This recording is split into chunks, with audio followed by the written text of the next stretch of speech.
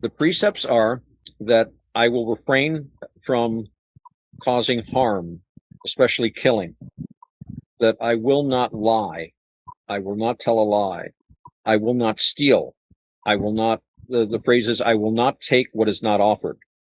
I will not engage in sexual irregularities. It's all where they say illicit sex. And the actual words were, you will not seduce married women. You will not seduce women who are under the protection of their parents. In other words, minors. So you do not break up marriages. You don't break up your own marriage or anyone else's. You don't go after children. Says nothing at all about consenting adults. You know, you can have a girlfriend, whatever. That's not a problem. Sex isn't a problem in Buddhism. It's sex that harms people, right? And I don't drink alcohol, which the main rule against alcohol is because alcohol clouds the mind, and we're trying to make our minds work better. And when you drink alcohol, it makes you very stupid. Yeah. And it ruins your judgment. And I think we've all had experience with that. And that gets back to that craving and clinging, because you crave that drink and you cling to the idea of a drink. And then when you get that bottle, you cling to the bottle and you're getting this pleasure. And then the next day, you're throwing up, you're sick, your knuckles might be all red where you got into a fight and you don't even remember it. The police might be knocking at your door and suddenly, you know. So the Buddha said that wisdom consists in looking at any action and asking yourself whether this is good for you in the long term. He's all about thinking in the long term. Short term, yeah, drink that bottle of whiskey. Long term, this is killing you. But why would you do this? Could that be followed at the same time too, as okay, like your mind? Okay, if it can create a thing of damaging your mind, you know, the things that you or you know another person's going to do could create a problem where their mind's going to be hurt from it bad enough that other people can get affected by it as well too. Mm-hmm. That's the thing. Yeah, well, you know, the mind is central, and when Buddha is all about action, right? So so in Buddhism, you're not bad, but you can perform actions that are bad. Yeah. So if you say you're bad, you can't change yourself because you're you. Yeah. But if you say I'm behaving badly, you can change your behavior. And behavior, actions includes your thoughts, right? Because thinking is an action, and your thoughts are going to determine what you physically do in the world. So, and emotionally, and emotions are also part of thoughts. You know, that's interesting. It's an interesting thing to bring up because, and our thoughts, we often think I have to think this. This person said that, so now I have to get mad. Like we don't have a choice. But Buddhism shows us that we do have a choice. We don't have to follow that thought. We can say, I know where that thought is going to go. That thought's going to make me feel miserable. I can think this thought, oh, nobody loves me. Everybody hates me. I'm going to eat some worms, right? Because somebody said something I don't like. But I've done this to myself before. I know that I'm just going to go into a miserable funk and I'm going to cry or this or that, and then I'll get over it. So in Buddhism, let's skip a step. Let's not go down that path because we know it just goes to the same place again and again and again. And of course, however you think is going to affect you and your actions and everyone around you too. It gets back to that, you know, giving other people protection from you. So, yep. Yeah. And I was curious too, because it's the thing that, okay, when people don't fully understand the thing of what, okay, when the way when you feel a certain way and all that, okay, and you step back because you don't like where, if you know how you get as a person, okay, and people take it like an insult because they're thinking that you're being disrespectful because you're keeping your distance from them. They Right. don't understand that it's not from you. He's keeping the distance away from you to keep you from it could turn bad for you or him. In either case, it won't doesn't work out for either side if you permit that motion to arise. Really bad emotion. Yeah. It's like a person that you have certain things for. You know how you feel about that. Hmm. To how that's not a good thing. So it's all instead of being honest and telling. They always say, "Tell the person the truth." Well, in some cases, it's best not to say the truth because the truth might hurt worse or can create more of a bigger problem than anything else. Right. And it's best to walk off from that situation completely. Yes. Yes. Very much so. Well, when I talk about in Buddhism, you have to tell the truth, right? Yeah, That's a very important rule. However, the Buddha was not naive. He was not naive. He understood how the world works. So in Buddhism, when we talk about telling the truth, the Buddha said, before you say anything, there's three things you should think about before you tell somebody something. First of all, is it true? Because you should only speak the truth.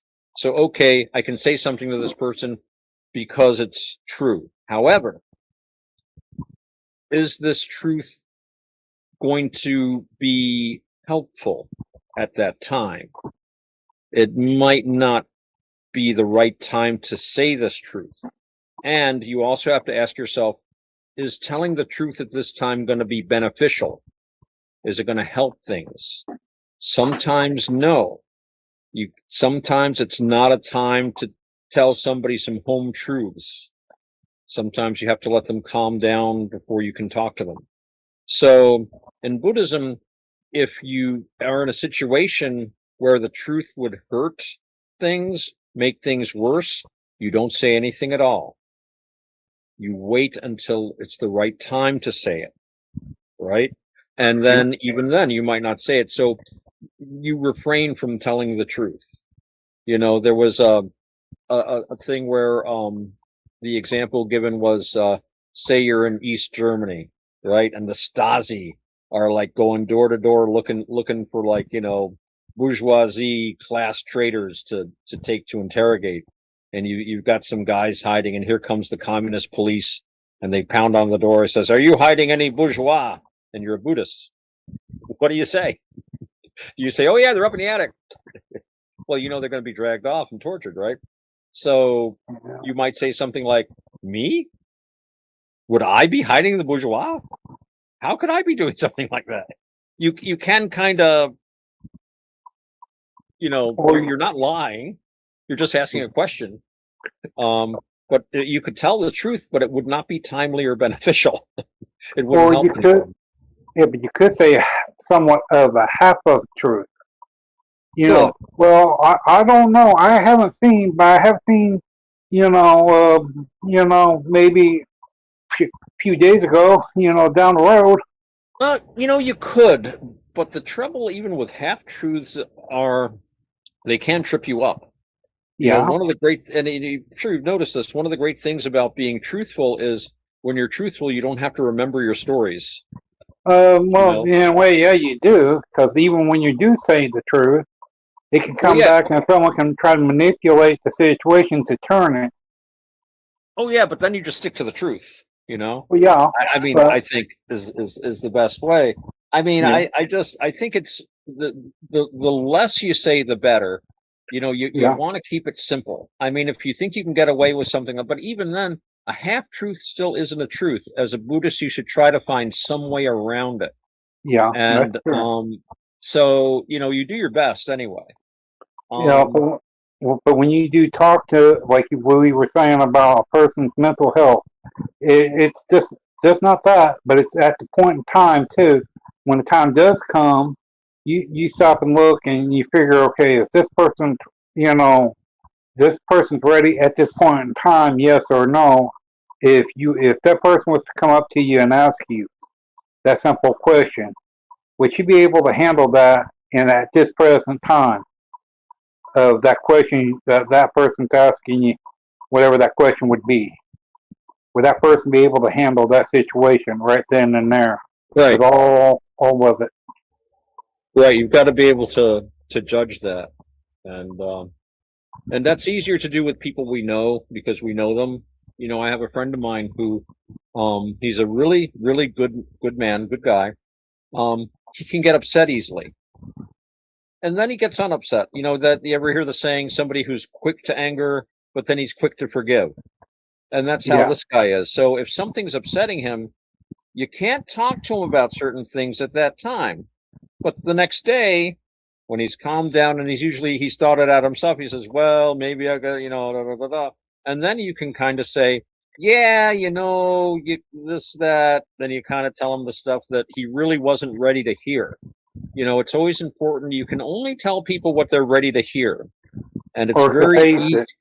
Yeah, and they're ready to face you know you've got to have some good judgment about that, because if you try to talk to someone and they're not ready to hear you, well, they're just not going to hear you, you know. And this is all about communication. If you want to talk to someone, it's more than just using the right words. You've got to use them at the right time when the person can hear. So yeah, you should tell the truth, but you don't always get right in someone's face and say, "Oh yeah, well this is the truth." Then you're using the truth to hurt someone, and then Yeah. that's not good because it's all Or about not harming people. yep. Or you're trying to manipulate the situation for your own personal use. Right, And right. manipulation is we call it like a three-way street. You know, you got three things that manipulation is going to bring out people. You know, anger, anger, where they're getting what you call it, where they want to tear you apart. You know, three different types of things that anger manipulation brings out of people, Mm-hmm. Mm-hmm. and that's dangerous. That whole thing is, Oh yeah. and Well, you know, there's an old saying. I've heard, there's two sayings. One was, if you're going to tell people the truth, you better make it funny and get them to laugh, because otherwise they'll kill you. yep, And the other saying was, if you're going to tell someone the truth, have one foot in the stirrup. In other words, be ready to jump right on your horse and ride the heck out of there. uh, But that's when you're telling the truth at the wrong time, you well, know, and to the wrong person, and to the wrong person. Right, exactly. because So, yeah, you got to and, be careful. yeah, and if you're going to have a horse, you better make sure that horse is able to run pretty good. Mm-hmm. No, Because that's right. depends on that person, you go and say whatever. Yeah. You the whole thing of that person's set of mind at that point in time, and what it is. You know,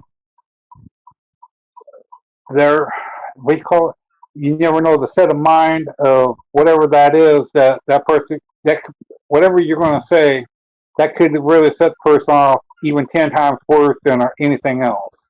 Oh yeah. Oh yeah. And that's the thing people don't stop and think about. Better be thinking of what you're going to say, and too, it's how you phrase when you say it too. Mm-hmm. When you walk up and when your tone of voice disrespects of what you're saying, it doesn't help.